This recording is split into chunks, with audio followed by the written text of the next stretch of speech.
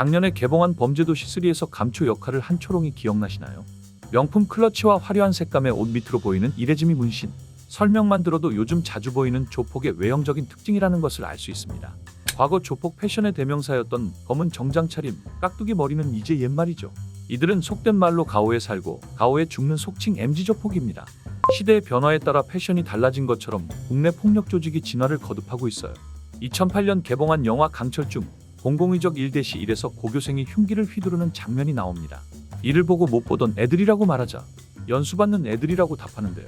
이때만 해도 폭력 조직은 일진으로 불리는 고교생들을 직접 찾아가 영입하는 방식이 다수였습니다. 하지만 이제는 직접 만나 영입하는 경우가 드뭅니다.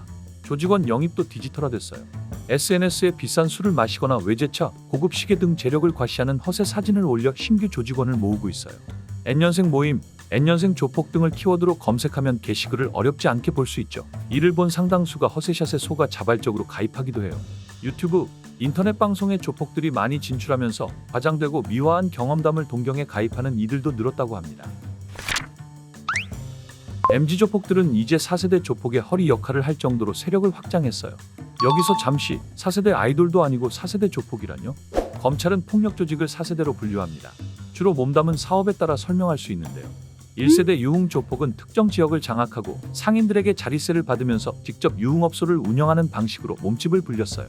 1990년 정부가 범죄와의 전쟁을 선포하면서 1세대가 몰락하고 부동산 시장에 진출한 2세대 부동산 조폭이 등장합니다. 시행사를 운영하고 아파트 분양 등 부동산 개발업에서 물리력을 행사했죠. 2000년대 후반 등장한 3세대 금융 조폭은 점차 기업화하려는 모습을 보였어요. 전주 지역의 조폭 두목 출신인 김성태 전 쌍방울 회장이 대표 사례죠. 현재 4세대 조폭은 더욱 진흥화됐습니다. IT로 무장해 보이스피싱, 온라인 도박, 주가 조작, 전세 사기, 불법 사금융, 코인 사기, 기업 사냥 등 분야를 가리지 않고 돈이 되는 모든 사업의 영역을 확장하고 있어요. 신흥 폭력 조직이 꾸준히 세력을 불리면서 대응에 나선 경찰이 지난해 집중 단속을 한 결과 30대 이하 MZ 조폭의 검거율이 상반기 57.8%에서 하반기 75%로 큰 폭 증가했어요. 이제는 조폭 4명 중 3명이 청년이라는 거죠. 이들이 처음 주목받기 시작한 것은 2020년 10월. 폭력 조직 순호아파 조직원 12명이 한 호텔에서 3박 4일 동안 집단 난동을 부렸는데요. 이 사건이 알려지면서 조폭의 세대교체 흐름을 확인하게 됐죠. MZ조폭 모임으로 유명한 전국회는 전국 21개 조직의 2002년생 조직원들이 결성한 모임입니다. 연락책이었던 충남 논산 지역의 조폭인 A씨가 붙잡히면서 실체가 드러났죠. A씨는 불법 도박 사이트를 운영하고 아동 청소년을 대상으로 불법 성착취물을 제작해왔습니다. 그러면서 전국회의 폭행과 패싸움, 업무방해 등 행위가 드러나 검거가 시작됐죠. MZ조폭 사건을 담당한 강력범죄 부장검사는 조폭 모임 영상을 보며 화를 참는 모습을 보였는데요. 앞으로는 조폭에 연계됐다면 선처는 기대하지 말라고 강력 경고했어요. 가장 큰 문제는 전국적으로 연합해서 경제범죄에 손을 대는 것입니다. MZ조폭에게 형님은 돈입니다. 이들은 서로 이해관계가 맞으면 이권 개입도 함께하죠. 전국적으로 연대에 수백억 원의 수익을 넘나드는 불법 행위를 저지릅니다. 압구정 롤스로이스남이 속한 것으로 알려진 MZ조폭 조직 강남 MT5는 텔레그램을 통해 마약을 거래하고 리딩방 사기 등 온라인 범죄를 일삼았다고 전해집니다. 2019년 불법 대부업 채권 추심 이자로만 억대 금액을 갈취한 조폭들을 검거했더니 대부분 20대였고 관여된 조직이 3곳이었던 사건도 있습니다. 최근 부산에서는 전국 9개 폭력 조직이 연합해 410억 원대 투자 사기를 벌인 것이 경찰 수사를 통해 드러났죠.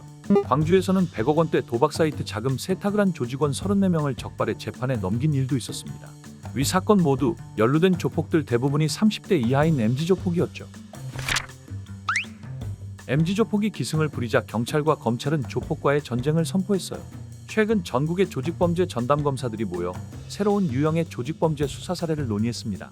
특히 조직범죄 처벌 강화와 피해자 보호, 범죄 수익 박탈이 함께 이뤄질 수 있는 원스톱 수사 방식으로 강력 대응하기로 했죠. 검찰총장은 반드시 획기적인 중형에 처할 수 있도록 하고 범죄 수익을 철저히 박탈해 범죄는 돈이 되지 않는다는 인식이 뿌리내리게 해달라고 당부했어요. 경찰도 상하반기 조폭 단속에서 SNS 모니터링을 통해 MZ조폭을 중심으로 단속하는 등 뿌리 뽑기에 열을 올리고 있습니다. 폭력 조직의 범죄 트렌드가 바뀌면서 조직범죄를 대하는 수사기법도 변화하고 있습니다.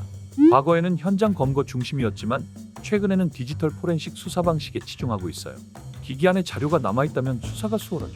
또 형법 114조가 규정하는 범죄단체의 개념 아래 가중처벌 대상이 됩니다. 미래를 짊어질 청소년들이 폭력 조직으로 들어가고 있다는 것은 사회적으로 굉장히 안타까운 일입니다. 일각에서는 사회가 무서운지 모르는 어린 청년들이라 판단력이 떨어지는 행동이라고 말하고 있죠. 한창 미래를 위해 꿈꾸고 힘써야 할 시기에 잘못된 선택으로 어두운 미래를 보게 되는 건 아닐까 우려되는 상황입니다. MZ 조폭의 영향력이 지속돼 더욱 악랄한 범죄가 발생하지 않도록 적절한 대응책이 필요해 보입니다. 오늘의 법과 사전이었습니다.